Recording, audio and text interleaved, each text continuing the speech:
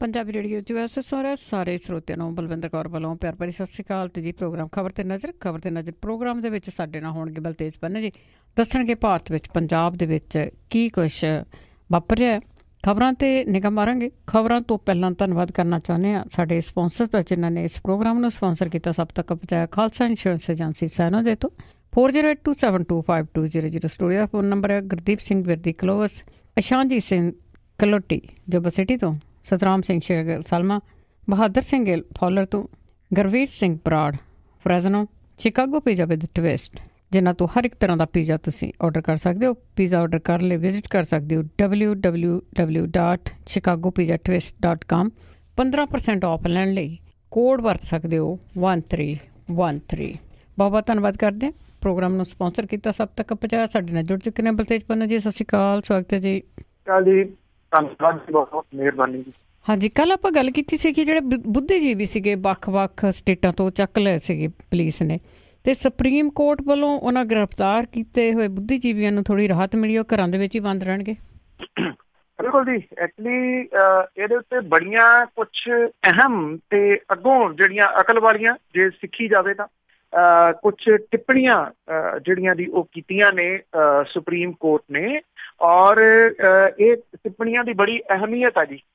ਜਿਹੜੀ ਮਹਾਰਾਸ਼ਟਰ ਦੀ ਪੁਲਿਸ ਆ, ਉਹਨੇ ਜਿਹੜਾ ਜੀ ਇਹਨਾਂ ਦੀ 5 ਦੀ ਗ੍ਰਿਫਤਾਰੀ ਜਿਹੜੀ ਕੀਤੀ ਸੀ, ਹੁਣ ਇਹਦੀ ਫੂਕ ਜਿਹੜੀ ਉਹ ਨਿਕਲੀ ਆ। ਸੁਪਰੀਮ ਕੋਰਟ ਨੇ ਇਹ ਕਿਹਾ ਕਿ ਵਿਰੋਧੀ ਲੋਕਤੰਤਰ ਦਾ ਸੇਫਟੀ ਵਾਲਵ ਹੈ ਜੀ, ਔਰ ਜਿਹੜੇ ਗ੍ਰਿਫਤਾਰ ਕੀਤੇ ਇਹ 5 ਜਾਣੇ ਨੇ, ਇਹਨਾਂ ਨੂੰ ਘਰਾਂ ਦੇ ਵਿੱਚ ਨਜ਼ਰਬੰਦ ਜਿਹੜਾ ਜੀ ਉਹ ਰੱਖਿਆ ਜਾਵੇ। ਸੁਪਰੀਮ ਕੋਰਟ ਨੇ ਹੁਕਮ ਕੀਤਾ ਹੈ ਕਿ 5 ਜਿਨ੍ਹਾਂ ਦੇ ਵਿੱਚ ਵਰਵਰਾ ਰਾਓ, ਵਰਨੌਨ ਗੋਜ਼ਾਲਵਿਸ, ਅਰੁਣ ਫਰੇਰਾ, ਸੁਧਾ ਭਾਰਦਵਾਜ ਤੇ ਗੌਤਮ ਨਵਲਖਾ ਇਹਨੂੰ ਜੇਲ੍ਹ ਨਾ ਭੇਜਿਆ ਜਾਵੇ ਤੇ 6 ਸਤੰਬਰ ਤੱਕ ਘਰਾਂ 'ਚ ਨਜ਼ਰਬੰਦ ਰੱਖਿਆ ਜਾਵੇ।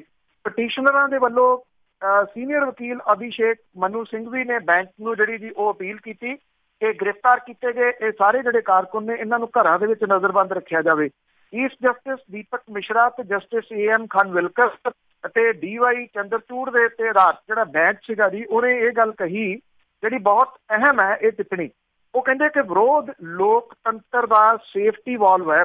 ਉਹ ਕਹਿੰਦੇ ਕੁੱਕਰ ਦੇ ਵਿੱਚ ਜਿਹੜਾ ਪ੍ਰੈਸ਼ਰ ਹੁੰਦਾ ਆ, ਉਹ ਸਰਕਾਰਾਂ ਤੇ ਸਾਰੀ ਸੁਸਾਇਟੀ ਆ, ਉਹ ਕੁੱਕਰ ਇਹਦੇ ਵਿੱਚ ਇੱਕ ਸੇਫਟੀ ਵਾਲਵ ਲੱਗਿਆ ਹੈ ਜਿਹੜਾ ਕਿ ਵਿਰੋਧ ਦਾ ਹੈ। ਭਾਵ ਕਿ ਜਦੋਂ ਜਿਹੜਾ ਜੀ ਜ਼ਿਆਦਾ ਪ੍ਰੈਸ਼ਰ ਹੋ ਜਾਂਦਾ ਤੇ ਫਿਰ ਉਹ ਸੇਫਟੀ ਵਾਲਵ ਵਿਰੋਧ ਦੇ ਰੂਪ ਦੇ ਵਿੱਚ ਵਾਧੂ ਗੈਸ ਜਿਹੜੀ ਆ ਅੰਦਰ, ਉਹਦੇ ਵਾਧੂ ਟੈਂਪਰੇਚਰ ਹੈ, ਪ੍ਰੈਸ਼ਰ ਹੈ, ਉਹਨੂੰ ਕੱਢਦਾ। ਉਹ ਕਹਿੰਦੇ ਤੁਸੀਂ ਸੇਫਟੀ ਵਾਲਵ ਨੂੰ ਬੰਦ ਕਰਨ ਦਾ ਯਤਨ ਕਰ ਰਹੇ ਹੋ, ਇਹਦੇ ਨਾਲ ਧਮਾਕਾ ਹੋਊਗਾ, ਕੁੱਕਰ ਫਟ ਜਾਊਗਾ। ਇਹ ਅਹਿਮ ਟਿੱਪਣੀ ਜਿਹੜੀ ਜੀ ਉਹ ਕੀਤੀ ਸੁਪਰੀਮ ਕੋਰਟ ਨੇ ਕੱਲ ਇਹਨਾਂ ਦੀ ਗ੍ਰਿਫਤਾਰੀ ਤੋਂ ਬਾਅਦ। ਸੁਪਰੀਮ ਕੋਰਟ ਨੇ ਮਹਾਰਾਸ਼ਟਰ ਪੁਲਿਸ ਨੂੰ ਪੁੱਛਿਆ ਕਿ ਭੀਮਾ ਕੋਰੇਗਾਂਵ ਦੇ ਵਿੱਚ ਪਿਛਲੇ 31 ਦਸੰਬਰ ਨੂੰ ਹੋਈ ਹਿੰਸਾ ਦੇ ਮਾਮਲੇ ਦੇ ਵਿੱਚ ਇਹਨਾਂ ਗ੍ਰਿਫਤਾਰੀਆਂ ਨੂੰ 9 ਮਹੀਨੇ ਕਿਵੇਂ ਜਿਹੜੇ ਜੀ ਉਹ ਲੱਗ ਗਏ। ਉਹਦੇ ਦਿੱਲੀ ਹਾਈ ਕੋਰਟ ਨੇ ਅੱਜ ਮਹਾਰਾਸ਼ਟਰ ਪੁਲਿਸ ਦੇ ਵੱਲੋਂ ਸ਼ਹਿਰੀ ਹੱਕਾਂ ਦੇ ਕਾਰਕੁਨ ਗੌਤਮ ਨਵਲਖਾ ਨੂੰ ਗ੍ਰਿਫਤਾਰ ਕਰਨ ਤੇ ਉਹਨੂੰ ਪਿਛਲੇ ਸਾਲ ਭੀਮਾ ਕੋਰੇਗਾਂਵ ਹਿੰਸਾ ਨਾਲ ਸੰਬੰਧਿਤ ਕੇਸ ਦੇ ਵਿੱਚ ਪੁਣੇ ਲਿਜਾਣ ਲਈ ਟ੍ਰਾਂਜ਼ਿਟ ਰਿਮਾਂਡ ਦੇ ਹੁਕਮ ਤੇ ਕਿੰਤੂ ਕੀਤਾ ਜੀ। ਹਾਲਾਂਕਿ ਸੁਪਰੀਮ ਕੋਰਟ ਨੇ ਜਿਹੜਾ ਜੀ ਇਹਨਾਂ ਦੇ 6 ਸਤੰਬਰ ਤੱਕ ਘਰਾਂ 'ਚ ਨਜ਼ਰਬੰਦ ਰੱਖਣ ਦੇ ਆਦੇਸ਼ ਦਿੱਤੇ ਨੇ, ਜਦੋਂ ਕਿ ਹਾਈ ਕੋਰਟ ਨੇ ਕਿਹਾ ਕਿ ਉਹ ਸੁਪਰੀਮ ਕੋਰਟ ਦੇ ਫੈਸਲੇ ਤੋਂ ਬਾਅਦ ਕੋਈ ਆਦੇਸ਼ ਅਗਲਾ ਦੇਊਗੀ। ਜੀ ਬਿਲਕੁਲ, ਹਰ ਇੱਕ ਦੀ ਜ਼ੁਬਾਨ ਬੰਦ ਕਰਨੇ ਨੂੰ ਫਿਰਦੇ ਆ। ਤੇ ਅੱਗੇ ਕਰਤਾਰਪੁਰ ਦੇ ਲਾਂਘੇ ਦੀ ਕਾਫੀ ਚਰਚਾ ਹੋਈ ਸੀ, ਜਿਸ ਤਰ੍ਹਾਂ ਨਵਜੋਤ ਸਿੰਘ ਸਿੱਧੂ ਹੋਰੀ ਗਏ ਸੀਗੇ ਪਾਕਿਸਤਾਨ, ਤੇ ਪਰ ਹੁਣ ਉਸ ਦੇ ਉੱਤੇ ਹੋਰ ਅੱਗੇ ਗੱਲ ਵਧਣ ਲੱਗੀ। ਬਿਲਕੁਲ ਜੀ। ਐਕਚੁਅਲੀ ਬੇਸ਼ੱਕ ਨਵਜੋਤ ਸਿੰਘ ਸਿੱਧੂ ਹੋਰਾਂ ਦਾ ਸਭ ਤੋਂ ਵੱਧ ਵਿਰੋਧ ਤਾਂ ਅਕਾਲੀ ਦਲ ਤੇ BJP ਨੇ ਜਿਹੜਾ ਜੀ ਉਹ ਕੀਤਾ ਸੀਗਾ ਜੀ, ਔਰ ਬੇਸ਼ੱਕ ਨਵਜੋਤ ਸਿੰਘ ਸਿੱਧੂ ਹੋਰਾਂ ਨੇ ਗੱਲ ਕਹੀ ਸੀ ਕਿ ਜਿਹੜੇ ਫੌਜ ਦੇ ਮੁਖੀ ਨੇ ਪਾਕਿਸਤਾਨ ਦੇ ਵਿੱਚ, ਉਹਨਾਂ ਦੇ ਨਾਲ ਉਹਨਾਂ ਨੇ ਜਿਹੜੀ ਜੱਫੀ ਪਾਈ ਸੀ ਉਹ ਇਸੇ ਲਈ ਪਾਈ ਸੀ ਕਿ ਉਹਨਾਂ ਨੇ ਗੱਲ ਕਹੀ ਸੀ ਕਿ ਗੁਰੂ ਨਾਨਕ ਸਾਹਿਬ ਦੇ 550 ਸਾਲਾ ਗੁਰਪੁਰਬ ਦੇ ਮੌਕੇ ਦੇ ਉੱਤੇ ਪਾਕਿਸਤਾਨ ਇਹ ਸੋਚਦਾ ਹੈ ਕਿ ਇਹ ਲਾਂਘੇ ਵਾਲੀ ਜਿਹੜੀ ਗੱਲ ਹੈ ਇਹਨੂੰ ਅੱਗੇ ਤੋਰਿਆ ਜਾਵੇ ਤੇ ਇਹ ਲਾਂਘਾ ਖੋਲਿਆ ਜਾਵੇ। ਅਕਾਲੀ ਦਲ ਕਹਿੰਦਾ ਸੀਗਾ ਕਿ ਇਹ ਗੱਲ ਤਾਂ ਬੜੇ ਸਾਲਾਂ ਦੀ ਚੱਲ ਰਹੀ ਹੈ, ਇਹ ਅੱਗੇ ਨਹੀਂ ਵਧਣੀ। ਇੱਥੋਂ ਤੱਕ ਵੀ ਜਿਹੜਾ ਜੀ ਉਹਨਾਂ ਨੇ ਇਹ ਕਿਹਾ ਕਿ ਪਾਕਿਸਤਾਨ ਨੇ ਕਦੀ ਵੀ ਇਹ ਗੱਲ ਜਿਹੜੀ ਅੱਗੇ ਨਹੀਂ ਵਧਣ ਦੇਣੀ, ਉਹ ਬਾਰ-ਬਾਰ ਮੁੱਕਰਿਆ। ਖੈਰ ਉਹ ਗੱਲਾਂ ਜਿਹੜੀਆਂ ਜੀ ਪਾਸੇ ਨੇ। ਇਹਦੇ ਉੱਤੇ ਅੱਗੋਂ ਜਿਹੜਾ ਜੀ ਕੁਛ ਤੁਸੀਂ ਕਹਿ ਲਓ ਕਿ ਨੈਕਸਟ ਸਟੈਪ ਜਿਹੜੇ ਆ ਜੀ ਉਹ ਵਧੇ ਆ। ਇਸਲਾਮਾਬਾਦ ਦੇ ਵਿੱਚ ਤਾਇਨਾਤ ਭਾਰਤ ਦੇ ਜਿਹੜੇ ਹਾਈ ਕਮਿਸ਼ਨਰ ਨੇ ਅਜੇ ਬਸੈਰੀਆ, ਉਹਨਾਂ ਨੇ ਭਾਰਤ ਦੇ ਡੇਰਾ ਬਾਬਾ ਨਾਨਕ ਸਰਹੱਦ ਪਾਕਿਸਤਾਨ ਪੰਜਾਬ ਦੇ ਡਿਸਟ੍ਰਿਕਟ ਨਾਰੋਵਾਲ ਦੇ ਵਿੱਚ ਕਰਤਾਰਪੁਰ ਦੇ ਵਿੱਚ ਸਥਿਤ ਪਹਿਲੇ ਪਾਤਸ਼ਾਹ ਗੁਰੂ ਨਾਨਕ ਸਾਹਿਬ ਦੇ ਜੀਵਨ ਦੇ ਨਾਲ ਸੰਬੰਧਿਤ ਗੁਰਦੁਆਰੇ ਦਾ ਦੌਰਾ ਕੀਤਾ। ਇਹ ਜਿਹੜਾ ਦੌਰਾ ਸੀਗਾ ਜੀ ਨਵਜੋਤ ਸਿੰਘ ਸਿੱਧੂ ਹੋਰਾਂ ਦੇ ਵੱਲੋਂ ਇਮਰਾਨ ਖਾਨ ਦੇ ਸਹੁੰ ਚੁੱਕ ਸਮਾਗਮ ਦੇ ਵਿੱਚ ਸ਼ਾਮਿਲ ਹੋਣ ਤੋਂ ਬਾਅਦ ਜਿਹੜਾ ਜੀ ਉਹ ਹੋਇਆ। ਔਰ ਜਿਹੜਾ ਜੀ ਹੈਗੀ ਹੈ ਕਿ ਇਹਨਾਂ ਦਾ ਜਿਹੜਾ ਦੌਰਾ ਹੈ ਇਹ ਬੜੀ ਅਹਿਮੀਅਤ ਜਿਹੜੀ ਜੀ ਉਹ ਰੱਖਦਾ। ਇਹ ਲਾਂਘਾ ਭਾਰਤ ਦੀ ਡੇਰਾ ਬਾਬਾ ਨਾਨਕ ਗੁਰਦਾਸਪੁਰ ਸਰਹੱਦ ਤੋਂ ਸਿਰਫ 4 ਕਿਲੋਮੀਟਰ ਦੂਰ ਹੈ। ਔਰ ਇੱਥੇ ਗੁਰੂ ਨਾਨਕ ਸਾਹਿਬ ਨੇ 18 ਦਿਨ ਉਹ ਬਿਤਾਏ ਸੀਗੇ। ਭਾਰਤ ਦੇ ਜਿਹੜੇ ਸ਼ਰਧਾਲੂ ਸੀ ਉਹ ਡੇਰਾ ਬਾਬਾ ਨਾਨਕ ਦੇ ਦਰਸ਼ਨ ਉਹ ਕਰਦੇ। ਜਿਹੜੇ ਭਾਰਤੀ ਹਾਈ ਕਮਿਸ਼ਨ ਨੇ ਗੁਰਦੁਆਰੇ ਦੇ ਉੱਤੇ ਚੜ੍ਹ ਕੇ ਛੱਤ ਤੋਂ ਭਾਰਤ ਵਾਲੇ ਪਾਸੇ ਵੇਖਿਆ। ਗੁਰਦੁਆਰਾ ਪ੍ਰਬੰਧਾਂ ਨਾਲ ਗੱਲਬਾਤ ਕਰਦਿਆਂ ਉਹਨਾਂ ਨੇ ਲਾਂਘੇ ਦੀਆਂ ਸੰਭਾਵਨਾਵਾਂ ਬਾਰੇ ਵੀ ਘੋਖ ਜਿਹੜੀ ਸੀ ਉਹ ਕੀਤੀ। ਉਹਨਾਂ ਨੇ ਕਿਹਾ ਕਿ ਪਾਕਿਸਤਾਨ ਦੀ ਤਰਫੋਂ ਲੰਮੇ ਸਮੇਂ ਤੋਂ ਕੀਤੀ ਜਾ ਰਹੀ ਇਸ ਮੰਗ ਦੇ ਵੱਲ ਪਾਕਿਸਤਾਨ ਦੀ ਤਰਫੋਂ ਧਿਆਨ ਦੇਣ ਦੇ ਨਾਲ ਹੁਣ ਇਹ ਮੰਗ ਜਿਹੜੀ ਪੂਰੀ ਹੁੰਦੀ ਜਾਪਦੀ ਹੈ ਜੀ। ਉਹਨਾਂ ਨੇ ਕਿਹਾ ਕਿ ਗੁਰੂ ਨਾਨਕ ਸਾਹਿਬ ਦੇ 550 ਸਾਲਾ ਪ੍ਰਕਾਸ਼ ਮੌਕੇ ਦੇ ਉੱਤੇ ਲਾਂਘੇ ਦੀ ਸ਼ਰਧਾਲੂਆਂ ਦੇ ਵਾਸਤੇ ਇੱਕ ਵਿਸ਼ੇਸ਼ ਅਹਿਮੀਅਤ ਜਿਹੜੀ ਹੈ ਜੀ ਉਹ ਹੋਵੇਗੀ। ਪਹਿਲੀ ਵਾਰੀ ਜਨਰਲ ਪਰਵੇਜ਼ ਮੁਸ਼ਰਫ ਦੇ ਕਾਰਜਕਾਲ ਦੇ ਸਮੇਂ ਇਹ ਤਜਵੀਜ਼ ਸਾਹਮਣੇ ਆਈ ਸੀ, ਪਰ ਇਹਦੇ ਉੱਤੇ ਕਦੀ ਗੰਭੀਰਤਾ ਦੇ ਨਾਲ ਜਿਹੜਾ ਜੀ ਉਹ ਵਿਚਾਰ ਨਹੀਂ ਹੋਇਆ। ਇੰਨਾ ਜ਼ਰੂਰ ਹੈ ਕਿ ਇਸ ਮੰਗ ਨੂੰ ਤੁਸੀਂ ਕਹਿ ਲਓ ਕਿ ਸਿਖਰ ਤੱਕ ਜਾਂ ਚਰਚਾ ਦੇ ਵਿੱਚ ਲਿਆਉਣ ਦਾ ਸਿਹਰਾ ਜਿਹੜਾ ਜੀ ਉਹ ਨਵਜੋਤ ਸਿੰਘ ਸਿੱਧੂ ਹੋਰਾਂ ਦੀ ਪਾਕਿਸਤਾਨ ਦੀ ਪੇਰੀ ਨੂੰ ਜਾਂਦਾ ਹੈ ਜੀ।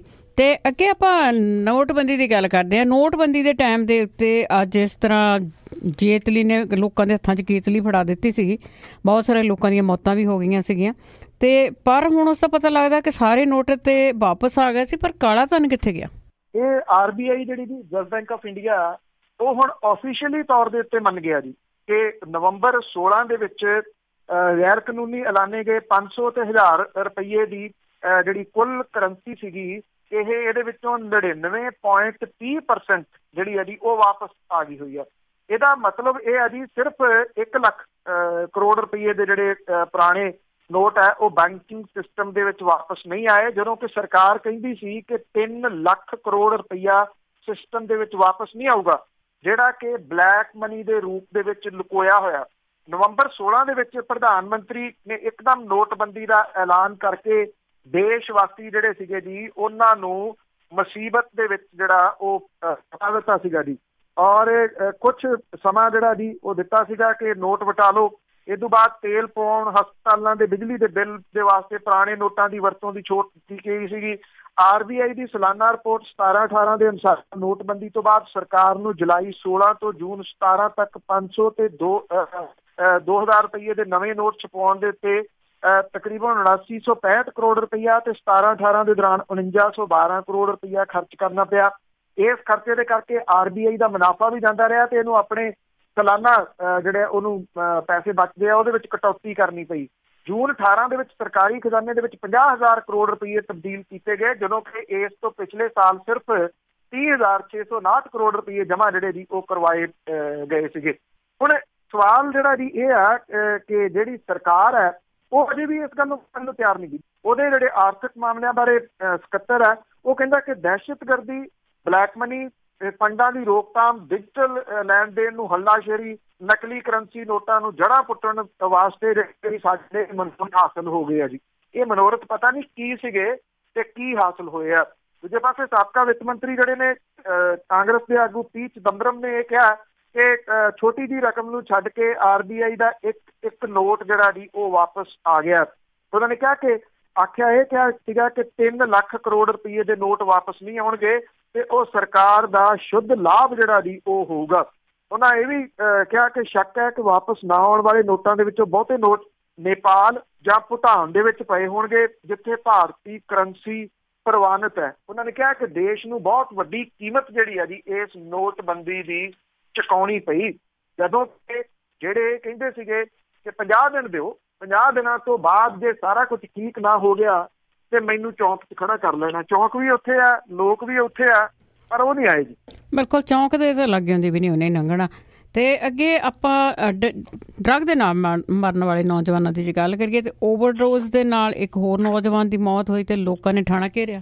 ਦੇਖੋ, ਇਹ ਬੇਸ਼ੱਕ ਮੁੱਦਾ ਜਿਹੜਾ ਜੀ ਉਹ ਭਟਕ ਗਿਆ ਹੋਵੇ, ਪਰ ਇਹ ਡਰੱਗ ਦੀ ਓਵਰਡੋਜ਼ ਦੇ ਨਾਲ ਮੌਤਾਂ ਜਿਹੜੀਆਂ ਦੀ ਉਹ ਜਾਰੀ ਨੇ। ਇਹ 2 ਮੌਤਾਂ ਐਵਰੇਜ ਡੇਲੀ ਜਿਹੜੀਆਂ ਦੀ ਉਹ ਅਜੇ ਵੀ ਉਸੇ ਤਰੀਕੇ ਦੇ ਨਾਲ ਹੋ ਰਹੀਆਂ ਨੇ। 2 ਮੌਤਾਂ ਕੱਲ ਵੀ ਹੈ। ਸ਼ਾਹਕੋਟ ਪਿੰਡ ਬਾਊਪੁਰ ਹੈ ਜਿੱਥੇ ਜਿਹੜੇ ਸੀ ਨਸ਼ੇ ਦੀ ਓਵਰਡੋਜ਼ ਦੇ ਨਾਲ ਬੰਦੇ ਦੀ ਮੌਤ ਹੋਈ। ਇਲਾਕੇ ਦੀ ਪੁਲਿਸ ਨੂੰ ਜ਼ਿੰਮੇਵਾਰ ਦੱਸਦਿਆਂ ਹੋਇਆਂ ਲੋਕਾਂ ਨੇ ਲਾਸ਼ ਨੂੰ, ਇਹਦੀ ਡੈੱਡ ਬੋਡੀ ਨੂੰ ਥਾਣੇ ਦੇ ਮੂਹਰੇ ਰੱਖ ਕੇ 4 ਘੰਟੇ ਤੱਕ ਟ੍ਰੈਫਿਕ ਜਿਹੜਾ ਜੀ ਉਹ ਜਾਮ ਕੀਤਾ। ਪੁਲਿਸ ਨੇ ਜਿਹੜਾ ਸੀਗਾ ਜੀ ਇਹਨੂੰ ਇਸ ਪੂਰੇ ਕਸਬੇ ਨੂੰ ਪੁਲਿਸ ਛਾਉਣੀ ਦੇ ਵਿੱਚ ਤਬਦੀਲ ਜਿਹੜਾ ਜੀ ਉਹ ਕਰ ਦਿੱਤਾ। ਇਹਦੇ ਵਿੱਚ ਜਿਹੜੀਆਂ ਸਿਆਸੀ ਪਾਰਟੀਆਂ ਦੇ ਆਗੂ ਸੀ ਉਹ ਵੀ ਸ਼ਾਮਲ ਹੋ ਗਏ।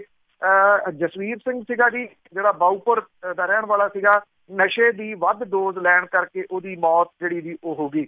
ਪਿੰਡ ਵਾਲੇ ਜਿਹੜੇ ਆ ਜੀ ਉਹ ਕਹਿੰਦੇ ਆ ਕਿ ਸ਼ਾਹਕੋਟ ਪੁਲਿਸ ਨੂੰ ਉਹਨਾਂ ਨੇ ਕਈ ਵਾਰੀ ਜ਼ਬਾਨੀ ਤੇ ਲਿਖਤੀ ਬੇਨਤੀਆਂ ਕੀਤੀਆਂ ਸੀਗੀਆਂ ਕਿ ਉਹਨਾਂ ਦੇ ਪਿੰਡ 'ਚ ਨਸ਼ਾ ਵਿਕ ਰਿਹਾ। ਪੁਲਿਸ ਨੇ ਇਸ ਪਾਸੇ ਵੱਲ ਕੋਈ ਧਿਆਨ ਜਿਹੜਾ ਜੀ ਉਹ ਨਹੀਂ ਦਿੱਤਾ। ਜਿਹੜੇ ਜੀ ਇਹ ਗੱਲ ਆਖੀ ਗਈ ਕਿ ਪੁਲਿਸ ਤੇ ਧਿਆਨ ਨਾ ਦੇਣ ਕਰਕੇ ਨਸ਼ਾ ਓਨਾ ਹੀ ਜਿਹੜਾ ਜੀ ਉਹ ਵਿਕੀ ਜਾਂਦਾ। ਜਿਹੜੀ ਪੁਲਿਸ ਸੀਗੀ ਜੀ ਉਹਨੇ ਉਠਾ ਦਿੱਤਾ ਕਿ ਇਲਾਕੇ ਦੇ ਵਿੱਚ ਨਸ਼ਾ ਨਹੀਂ ਵਿਕਣ ਦਿੱਤਾ ਜਾਊਗਾ। ਭਰੋਸਾ ਦੇ ਜਾਂਦੇ ਆ ਜੀ ਐਕਚੁਅਲੀ ਵਿਕੀ ਜਿਹੜਾ ਜਾਂਦਾ ਇਹ ਤਾਂ ਥਾਂ ਥਾਂ ਦੇ ਉੱਤੇ ਪੁਲਿਸ ਦੀ ਸ਼ਮੂਲੀਅਤ ਜਿਹੜੀ ਆ ਜੀ ਉਹ ਸਾਹਮਣੇ ਆਈ ਆ, ਸਾਹਮਣੇ ਜਿਹੜੀ ਜੀ ਉਹ ਆ ਰਹੀ ਹੈ ਕਿ ਇਹੀ ਜਿਹੜਾ ਜੀ ਕਿਤੇ ਨਾ ਕਿਤੇ ਵਿਕਾਉਣ ਦੇ ਵਿੱਚ ਮੇਨ ਰੋਲ ਜਿਹੜਾ ਉਹ ਨਿਭਾ ਰਹੇ ਆ। ਪਰ ਜਿਹੜੇ ਇੱਥੇ ਪ੍ਰੋਬਲਮ ਇਹ ਆ ਕਿ ਜਦੋਂ ਕੋਈ ਵੱਡਾ ਇਸ਼ੂ ਆ ਜਾਂਦਾ ਫਿਰ ਦੂਜੇ ਇਸ਼ੂ ਜਿਹੜੇ ਆ ਜੀ ਉਹਦੇ ਹੇਠਾਂ ਦਬ ਜਾਂਦੇ ਆ। ਹਾਲ ਦੀ ਘੜੀ ਇਹ ਇਸ਼ੂ ਜਿਹੜਾ ਜਿਹੜੇ ਇੱਕ ਹੋਰ ਨੌਜਵਾਨ ਦੀ ਧਾਰੀਵਾਲ ਦੀ ਪੈਂਦਾ ਪਿੰਡ ਡੇਅਰੀਵਾਲ, ਇੱਥੋਂ ਜਿਹੜਾ ਜੀ ਇੱਕ ਨੌਜਵਾਨ ਦੀ ਲਾਸ਼ ਜਿਹੜੀ ਮਤਾਂ ਦੇ ਵਿੱਚੋਂ ਜਿਹੜੀ ਆ ਉਹ ਮਿਲੀ ਆ। ਇਹਦੇ ਰਮਨਦੀਪ ਸਿੰਘ ਸੀਗਾ 24 ਸਾਲਾਂ ਦਾ। ਇਹ ਵੀ ਨਸ਼ਾ ਜਿਹੜਾ ਜੀ ਉਹ ਕਰਦਾ ਸੀਗਾ। ਓਵਰਡੋਜ਼ ਦੇ ਨਾਲ ਇਹ ਵੀ ਮੌਤ ਜਿਹੜੀ ਉਹ ਹੋਈ ਦੱਸੀ ਜਾ ਰਹੀ ਆ। ਇਹ ਆਪਣੇ ਮਾਪਿਆਂ ਦਾ ਕੱਲਾਕਾਰਾ ਪੁੱਤ ਸੀਗਾ ਤੇ ਉਹਦੇ ਪਿਓ ਦੀ ਮੌਤ ਜਿਹੜੀ ਕੁਝ ਸਮਾਂ ਪਹਿਲਾਂ ਸੜਕ ਹਾਦਸੇ ਦੇ ਵਿੱਚ ਉਹ ਹੋ ਗਈ ਸੀ। ਲਾਸ਼ਾਂ ਉਸੇ ਹੀ ਤਰੀਕੇ ਦੇ ਨਾਲ ਜਿਹੜੀਆਂ ਜੀ ਉਹ ਡਿੱਗ ਰਹੀਆਂ ਨੇ, ਪਰ ਜਿਹੜੀਆਂ ਜਿਉਂਦੀਆਂ ਫਿਰਦੀਆਂ ਲਾਸ਼ਾਂ ਨੇ ਜੀ ਉਹਨਾਂ ਦੀ ਸਿਹਤ ਤੇ ਕੋਈ ਅਸਰ ਨਹੀਂ ਆ। ਬਿਲਕੁਲ ਜੀ, ਉਹਨਾਂ ਦੇ ਕੰਨ ਤੇ ਜੂੰ ਨਹੀਂ ਸਰਕਦੀ। ਤੇ ਜਿਸ ਤਰ੍ਹਾਂ ਹੁਣ ਇਹਨਾਂ ਦੀ ਓਵਰਡੋਜ਼ ਦੀ ਗੱਲ ਕੀਤੀ ਆਪਾਂ, ਮਰ ਰਹੇ ਨੌਜਵਾਨ, ਤੇ ਇਹਦੇ ਨਾਲ ਲੱਗਦੀ ਜੇ ਗੱਲ ਸ਼ਰਾਬ ਦੀ ਵੀ ਕਰੀਏ ਤੇ ਪੰਜਾਬ ਦੇ ਵਿੱਚ ਅਗਲੇ ਸਾਲ ਸ਼ਰਾਬ ਦੇ ਠੇਕੇ ਕਹਿੰਦੇ ਬੰਦ ਨਹੀਂ ਹੋਣੇ ਤੇ ਉਹਨਾਂ ਦੇ ਵਿਰੋਧ ਵਿੱਚ ਕੋਈ ਵੀ ਮਤਾ ਨਹੀਂ ਪਾਇਆ ਜਾ ਸਕੂਗਾ। ਕੀ ਕਾਰਨ ਇਹਦਾ? ਐਕਚੁਅਲੀ ਜੀ ਜਿਹੜੇ ਕਿਉਂਕਿ ਹਰ ਸਾਲ ਮਤੇ ਪੈਂਦੇ ਆ, ਜਿਹੜੀਆਂ ਪੰਚਾਇਤਾਂ ਨੇ ਉਹ ਸ਼ਰਾਬ ਦੇ ਠੇਕਿਆਂ ਦੇ ਵਿਰੋਧ ਦੇ ਵਿੱਚ ਮਤਾ ਪਾਉਂਦੀਆਂ ਨੇ। ਇਹ ਮਤੇ ਜਿਹੜੇ ਆ ਜੀ ਫਿਰ ਕੱਲੇ ਮਤੇ ਦੇ ਉੱਤੇ ਵਿਚਾਰ ਹੁੰਦਾ। ਉਸ ਪਿੰਡ ਦੀ ਪੂਰੀ ਹਿਸਟਰੀ ਜਿਹੜੀ ਆ ਜੀ ਉਹ ਜਾਣੀ ਜਾਂਦੀ ਆ। ਜੇ ਉਸ ਪਿੰਡ ਦੇ ਵਿੱਚ ਨਕਲੀ ਸ਼ਰਾਬ ਜਿਹੜੀ ਦੇਸੀ ਸ਼ਰਾਬ ਹੈ ਉਹ ਵਿਕਦੀ ਫੜੀ ਗਈ ਹੋਵੇ ਜਾਂ ਉੱਥੇ ਸਮਗਲਿੰਗ ਦਾ ਕੋਈ ਕੇਸ ਹੋਵੇ ਜਿਹੜੀ ਦੂਜੇ ਰਾਜਾਂ ਤੋਂ ਆਉਂਦੀ ਸ਼ਰਾਬ ਦਾ, ਫਿਰ ਉਹ ਮਤਾ ਰੱਦ ਕਰ ਦਿੱਤਾ ਜਾਂਦਾ। ਜਿਹੜੀਆਂ ਪੰਚਾਇਤਾਂ ਨੇ ਉਹ ਲਗਾਤਾਰ ਆਪਣੀ ਕੋਸ਼ਿਸ਼ ਜਿਹੜੀ ਜੀ ਉਹ ਜਾਰੀ ਰੱਖਦੀਆਂ। ਇਹਨਾਂ ਦੀ ਗਿਣਤੀ ਪਿਛਲੇ ਸਾਲਾਂ ਦੇ ਦੌਰਾਨ ਲਗਾਤਾਰ ਜਿਹੜੀ ਹੈ ਜੀ ਉਹ ਵੱਧਦੀ ਰਹੀ ਆ ਮਤੇ ਪਾਉਣ ਵਾਲਿਆਂ ਦੀ। ਕਿੰਨੀਆਂ ਪੰਚਾਇਤਾਂ ਦੇ ਮਤੇ ਮੰਨੇ ਜਾਂਦੇ ਆ ਉਹ ਬਾਅਦ ਵਾਲੀ ਗੱਲ ਹੈ, ਪਰ ਸੈਂਕੜਿਆਂ ਦੀ ਗਿਣਤੀ ਦੇ ਵਿੱਚ ਇਹ ਜਿਹੜੇ ਉਹ ਪੈਂਦੇ ਆ। ਸੰਗਰੂਰ ਡਿਸਟ੍ਰਿਕਟ ਦੀ ਅਜੇ ਤੱਕ ਦੀ ਜਿਹੜੀ ਹੈ ਜੀ ਉਹ ਬਾਜੀ ਆ ਤੇ ਸਭ ਤੋਂ ਵੱਧ ਮਤੇ ਸੰਗਰੂਰ ਡਿਸਟ੍ਰਿਕਟ ਦੇ ਵਿੱਚ ਜਿਹੜੇ ਉਹ ਪੈਂਦੇ ਰਹੇ ਆ। ਇਸ ਵਾਰੀ ਪੰਜਾਬ ਦੇ ਅਗਲੇ ਮਾਲੀ ਵਰ੍ਹੇ ਦੇ ਵਾਸਤੇ ਸ਼ਰਾਬ ਦੇ ਠੇਕਿਆਂ ਦੇ ਵਿਰੋਧ ਦੇ ਵਿੱਚ ਮਤੇ ਨਹੀਂ ਪੈ ਸਕਣਗੇ। ਟੈਕਨੀਕਲ ਪੰਜਾਬ ਦੇ ਵਿੱਚ ਗ੍ਰਾਮ ਪੰਚਾਇਤਾਂ ਭੰਗ ਹੋ ਚੁੱਕੀਆਂ ਨੇ। ਨਵੀਆਂ ਪੰਚਾਇਤਾਂ ਦੀ ਚੋਣ ਅਕਤੂਬਰ ਮਹੀਨੇ ਦੇ ਵਿੱਚ ਹੋਣ ਦੀ ਜਿਹੜੀ ਹੈ ਜੀ ਉਹ ਸੰਭਾਵਨਾ ਹੈ। ਚੋਣ ਕਮਿਸ਼ਨ ਨੇ ਜ਼ਿਲ੍ਹਾ ਪ੍ਰੀਸ਼ਦ ਤੇ ਬਲਾਕ ਸੰਮਤੀ ਦੀਆਂ ਚੋਣਾਂ ਤਾਂ ਐਲਾਨ ਦਿੱਤੀਆਂ ਨੇ। ਪੰਚਾਇਤਾਂ ਭੰਗ ਹੋ ਚੁੱਕੀਆਂ ਹੋਈਆਂ ਨੇ ਔਰ ਪਿੰਡਾਂ ਦੇ ਵਿੱਚ ਸ਼ਰਾਬ ਦੇ ਠੇਕੇ ਬੰਦ ਕਰਾਉਣ ਲਈ ਪੰਚਾਇਤਾਂ ਨੇ ਮਤੇ ਜਿਹੜੇ ਆ ਜੀ ਉਹ ਪਾਉਣੇ ਹੁੰਦੇ ਆ, ਉਹ ਪਾ ਨਹੀਂ ਸਕਣਗੀਆਂ। ਨਿਯਮ ਜਿਹੜੇ ਆ ਜੀ ਉਹ ਕਹਿੰਦੇ ਆ ਕਿ ਪੰਚਾਇਤਾਂ ਮਤੇ 30 ਸਤੰਬਰ ਤੱਕ ਆਬਕਾਰੀ ਮਹਿਕਮੇ ਨੂੰ ਉਹਨਾਂ ਨੇ ਦੇਣੇ ਹੁੰਦੇ ਆ। ਉਦੋਂ ਬਾਅਦ ਜਿਹੜੇ ਵੀ ਇਹ ਮਤੇ ਨਹੀਂ ਲਏ ਜਾਂਦੇ। ਜੇ ਚੋਣਾਂ ਅਕਤੂਬਰ 'ਚ ਹੋਣੀਆਂ ਨੇ ਤੇ ਸਤੰਬਰ ਦੇ ਵਿੱਚ ਤਾਂ ਚੋਣਾਂ ਜਿਹੜੀਆਂ ਦੀ 30 ਸਤੰਬਰ ਤੋਂ ਪਹਿਲਾਂ ਤਾਂ ਪੰਚਾਇਤਾਂ ਬਣ ਹੀ ਨਹੀਂ ਸਕਦੀਆਂ। ਸਰਕਾਰ ਨੇ ਗ੍ਰਾਮ ਪੰਚਾਇਤਾਂ ਦੇ ਪ੍ਰਬੰਧਕ ਲਾਏ ਹੋਏ ਆ ਜਿਨ੍ਹਾਂ ਨੂੰ ਸਰਕਾਰ ਨੇ ਸਿਰਫ ਵਿਕਾਸ ਕਾਰਜਾਂ ਕਰਾਉਣ ਦੇ ਅਧਿਕਾਰ ਜਿਹੜੇ ਦਿੱਤੇ ਹੁੰਦੇ ਆ। ਉਹਨਾਂ ਕੋਲੇ ਇਹ ਅਧਿਕਾਰ ਹੈ ਨੀਗਾ ਕਿ ਉਹ ਪੰਚਾਇਤਾਂ ਦੇ ਰੂਪ ਦੇ ਵਿੱਚ ਕੋਈ ਮਤਾ ਜਿਹੜਾ ਜੀ ਉਹ ਭੇਜ ਸਕਣ। ਪੰਚਾਇਤੀ ਮਤਾ 2/3 ਬਹੁਮਤ ਦੇ ਨਾਲ ਪਾਸ ਹੋਣਾ ਲਾਜ਼ਮੀ ਹੈ। ਪਿੰਡਾਂ ਦੇ ਵਿੱਚ ਪਿਛਲੇ 2 ਸਾਲਾਂ ਦੇ ਦੌਰਾਨ ਆਬਕਾਰੀ ਜੁਰਮ ਨਹੀਂ ਹੋਣਾ ਚਾਹੀਦਾ, ਭਾਵ ਕਿ ਉੱਥੇ ਕੋਈ ਦੇਸੀ ਜਿਹੜੀ ਸ਼ਰਾਬ ਕੱਢਦਾ ਨਹੀਂ ਫੜਿਆ ਹੋਣਾ ਚਾਹੀਦਾ।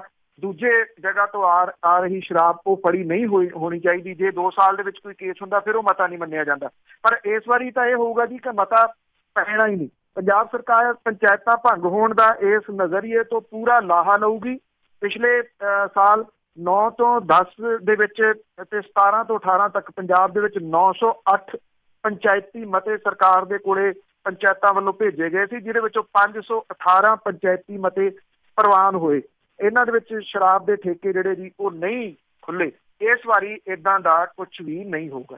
ਫਿਰ ਤਾਂ ਸਰਕਾਰਾਂ ਦੀਆਂ ਜੀ ਮੌਜਾਂ ਹੀ ਮੌਜਾਂ। ਤੇ ਅੱਗੇ ਆਪਾਂ ਜਿਸ ਤਰ੍ਹਾਂ ਵਿਧਾਨ ਸਭਾ ਦਾ ਸੈਸ਼ਨ ਸੁਣਦੇ ਹਾਂ, ਕਿਸ ਤਰ੍ਹਾਂ ਰਣਜੀਤ ਸਿੰਘ ਦੀ ਰਿਪੋਰਟ ਬਾਹਰ ਨਿਕਲੀ ਆ, ਉਸ ਨੂੰ ਲੈ ਕੇ ਅਕਾਲੀਆਂ ਦਾ ਥਾਂ ਥਾਂ ਤੇ ਵਿਰੋਧ। ਬਿਲਕੁਲ ਜੀ, ਇਹ ਥਾਂ ਥਾਂ ਦੇ ਉੱਤੇ ਜਿਹੜਾ ਵਿਰੋਧ ਹੋ ਰਿਹਾ।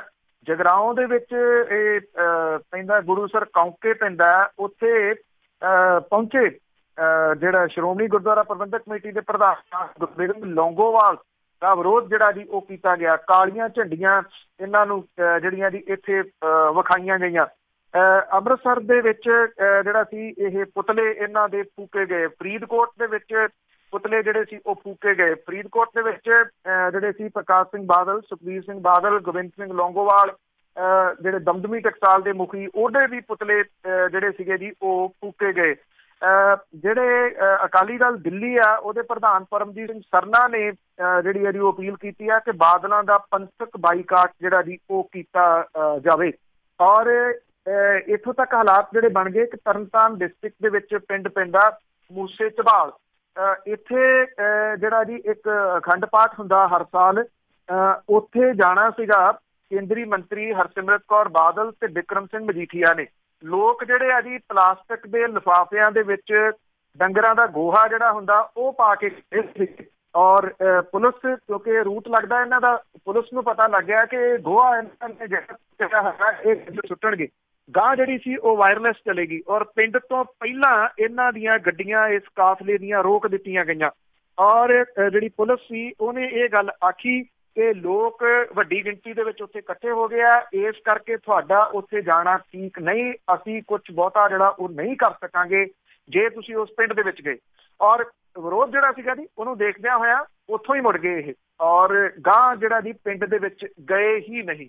ਇਹ ਕਿਹਾ ਜਾ ਰਿਹਾ ਜੀ ਕਿ ਇਹ ਵਿਰੋਧ ਪੰਜਾਬ ਦੇ ਸਮੁੱਚੇ ਜ਼ਿਲ੍ਹਿਆਂ ਦੇ ਵਿੱਚ ਔਰ ਪਿੰਡਾਂ ਦੇ ਵਿੱਚ ਜਿਹੜਾ ਬੜੀ ਤੇਜ਼ੀ ਦੇ ਨਾਲ ਜਿਹੜਾ ਉਹ ਪ੍ਰਚੰਡ ਹੋ ਰਿਹਾ। ਔਰ ਇਹਦੇ ਵਿੱਚ ਇੱਕ ਜਿਹੜੀ ਜੀ ਸਭ ਤੋਂ ਜਿਹੜੀ ਗੱਲ ਉਹ ਵੇਖਣ ਵਾਲੀ ਇਹ ਆ ਕਿ ਹਰ ਗੱਲ ਦੇ ਉੱਤੇ ਬਿਆਨ ਦੇਣ ਵਾਲੇ ਜਿਹੜਾ ਇਹਨਾਂ ਦੇ ਵਰਲਾਏ ਆ, ਇਹਨਾਂ ਦੇ ਸਪੋਕਸਮੈਨ ਆ, ਉਹਨਾਂ ਦੇ ਬਾਰੇ ਤਾਂ ਇਹ ਵੀ ਕਿਹਾ ਜਾਂਦਾ ਵੀ ਇੱਕ ਤਾਂ ਜਿਹੜਾ ਉਹ ਪੁਲ ਹੈ ਉੱਥੇ ਹੀ ਖੜਾ ਰਹਿੰਦਾ, ਵੀ ਕੋਈ ਮੀਡੀਆ ਵਾਲਾ ਆਉਂਦਾ ਕਿ ਨਹੀਂ ਮੇਰਾ ਜਿਹੜਾ ਜੀ ਉਹ ਪ੍ਰਤੀਕਰਮ ਲੈਣ ਲਈ, ਉਹ ਦਿਸਦਾ ਹੀ ਨਹੀਂ। ਸੀਨੀਅਰ ਲੀਡਰਸ਼ਿਪ ਜਿਹੜੀ ਆ ਉਹ ਮੂੰਹ 'ਚ ਘੁੰਗਣੀਆਂ ਪਾ ਕੇ ਬਹਿ ਗਈ, ਕੋਈ ਨਹੀਂ ਬੋਲ ਰਿਹਾ ਜੀ, ਕੋਈ ਕਿਸੇ ਦਾ ਬਿਆਨ ਜਿਹੜਾ ਜੀ ਇਹਦੇ ਉੱਤੇ ਨਹੀਂ ਆਇਆ। ਜਸਟਿਸ ਰਣਜੀਤ ਸਿੰਘ ਕਮਿਸ਼ਨ ਦੀ ਰਿਪੋਰਟ ਵਿੱਚ ਹੋਈ ਬਹਿਸ, ਘਿਰਿਆ ਹੋਇਆ ਬਾਦਲ ਪਰਿਵਾਰ, ਸ਼੍ਰੋਮਣੀ ਗੁਰਦੁਆਰਾ ਪ੍ਰਬੰਧਕ ਕਮੇਟੀ, ਅਕਾਲ ਤਖਤ ਦਾ ਜਥੇਦਾਰ, ਇਹਨਾਂ ਹਮਲਿਆਂ ਤੇ ਕੋਈ ਵੀ ਅਕਾਲੀ ਦਲ ਬਾਦਲ ਤੇ ਜਿਹੜਾ ਜੀ ਬਾਦਲ ਦਾ ਉਹਦੇ ਪਰਿਵਾਰ ਦਾ ਬਚਾਓ ਕਰਨ ਦਾ ਰਿਸਕ ਨਹੀਂ ਲੈ ਰਹੇ। ਪਰ ਇੱਕ ਹੋਰ ਹੈਰਾਨਗੀ ਵਾਲੀ ਗੱਲ ਕਰਦੇ, ਇਹਨਾਂ ਦਾ ਥਾਂ ਥਾਂ ਤੇ ਵਿਰੋਧ ਹੋ ਰਿਹਾ ਆ ਗੁਰੂ ਗ੍ਰੰਥ ਸਾਹਿਬ ਦੀ ਬੇਅਦਬੀ ਕਰਕੇ, ਪਰ ਉਧਰ ਸਿਮਰਨਜੀਤ ਸਿੰਘ ਮਾਨ ਦੀ ਇਸ ਗੱਲ ਦੀ ਸਮਝ ਨਹੀਂ ਆਈ ਕਿ ਉਹਨੇ ਕਿਹਾ ਕਿ ਬਾਦਲਾਂ ਦੀ ਸੁਰੱਖਿਆ ਨੂੰ ਹੋਰ ਵਧਾਓ। ਸਟਾਰਟ ਦੇ ਰੂਪ ਦੇ ਵਿੱਚ ਉਹਨਾਂ ਨੇ ਜਿਹੜੀ ਗੱਲ ਕਹੀ ਆ, ਔਰ ਉਹਨਾਂ ਨੇ ਇਹ ਗੱਲ ਕਹੀ ਆ ਕਿ ਜਸਟਿਸ ਰਣਜੀਤ ਸਿੰਘ ਕਮਿਸ਼ਨ ਦੀ ਰਿਪੋਰਟ ਨੇ ਸੱਚ ਸਾਹਮਣੇ ਲਿਆਤਾ ਤੇ ਹੁਣ ਪਿੰਡ ਜਿਹੜੇ ਨੇ ਉਹ ਪਿੰਡਾਂ ਦੇ ਲੋਕ ਅਕਾਲੀਆਂ ਨੂੰ ਵੜਨ ਨਹੀਂ ਦੇਣਗੇ। ਉਹਨਾਂ ਨੇ ਕਿਹਾ ਕਿ ਅਕਾਲੀ ਦਲ ਬਾਦਲ ਦੀ ਹੋਂਦ ਖਤਰੇ ਦੇ ਵਿੱਚ ਜਿਹੜੀ ਹੈ ਜੀ ਉਹ ਪੈ ਗਈ ਹੈ, ਜਿਹਦੇ ਕਰਕੇ ਲੋਕਾਂ ਦੇ ਵਿੱਚ ਬਹੁਤ ਵੱਡਾ ਰੋਸ ਹੈ ਜਿਹੜਾ ਕਿ ਅਕਾਲੀਆਂ ਦੇ ਪ੍ਰਤੀ ਇਹ ਹੋਰ ਵੱਧ ਸਕਦਾ ਹੈ। ਉਹਨਾਂ ਨੇ ਇਹ ਗੱਲ ਕਹੀ ਕਿ ਅਕਾਲੀ ਦਲ ਬਾਦਲ ਦੇ ਲੀਡਰ ਹੁਣ ਉਹਨਾਂ ਦੇ ਵਾਸਤੇ ਹਾਲਾਤ ਸੁਖਾਵੇਂ ਨਹੀਂ ਰਹੇ। ਉਹਨਾਂ ਨੇ ਕੇਂਦਰ ਤੇ ਪੰਜਾਬ ਸਰਕਾਰ ਨੂੰ ਮਸ਼ਵਰਾ ਦਿੱਤਾ ਕਿ ਬਾਦਲਾਂ ਦੇ ਲੀਡਰ, ਸ਼੍ਰੋਮਣੀ ਕਮੇਟੀ ਦੇ ਮੈਂਬਰ ਤੇ ਮੈਨੇਜਰ ਜਿਹੜੇ ਆ ਉਹਨਾਂ ਨੂੰ ਫੌਰਨ ਤੌਰ ਦੇ ਉੱਤੇ Z+ ਸੁਰੱਖਿਆ ਦਿੱਤੀ ਜਾਵੇ ਤੇ ਜਿਹੜਾ ਬਾਦਲ ਪਰਿਵਾਰ ਦੇ ਮੈਂਬਰਾਂ ਦੀ ਸੁਰੱਖਿਆ ਦੇ ਵਾਸਤੇ ਪੈਰਾਮਿਲਟਰੀ ਫੋਰਸਿਸ ਲਾਈਆਂ ਜਾਣ, ਲੋੜ ਪਏ ਤੇ ਫੌਜ ਲਾਈ ਜਾਵੇ।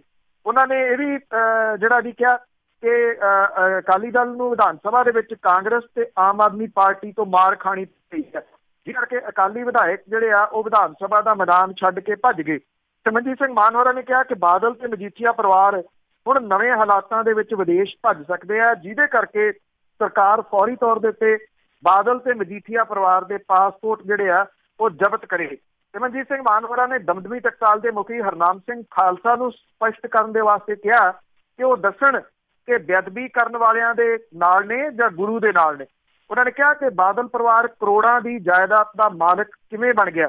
ਉਹਨਾਂ ਨੇ ਕਿਹਾ ਕਿ ਜੇ ਅਜੇ ਵੀ ਕੈਪਟਨ ਸਰਕਾਰ ਨੇ ਇਸ ਮਾਮਲੇ ਦੇ ਵਿੱਚ ਸੁਮੇਧ ਸੈਣੀ ਨੂੰ ਗ੍ਰਿਫਤਾਰ ਨਾ ਕੀਤਾ ਤਾਂ ਕੈਪਟਨ ਅਮਰਿੰਦਰ ਸਿੰਘ ਹੋਰਾਂ ਦਾ ਹਾਲੇ ਵੀ ਬਾਦਲਾਂ ਦਾ ਜਿਹੜਾ ਜੀ ਉਹ ਪੱਖ ਪੂਰਦੇ ਰਹੇ ਤੇ ਉਹਨਾਂ ਨੇ ਕਿਹਾ ਕਿ ਉਹਨਾਂ ਨੂੰ ਜਿਹੜਾ ਜੀ ਉਹ ਭੁਗਤਣਾ ਪਊਗਾ।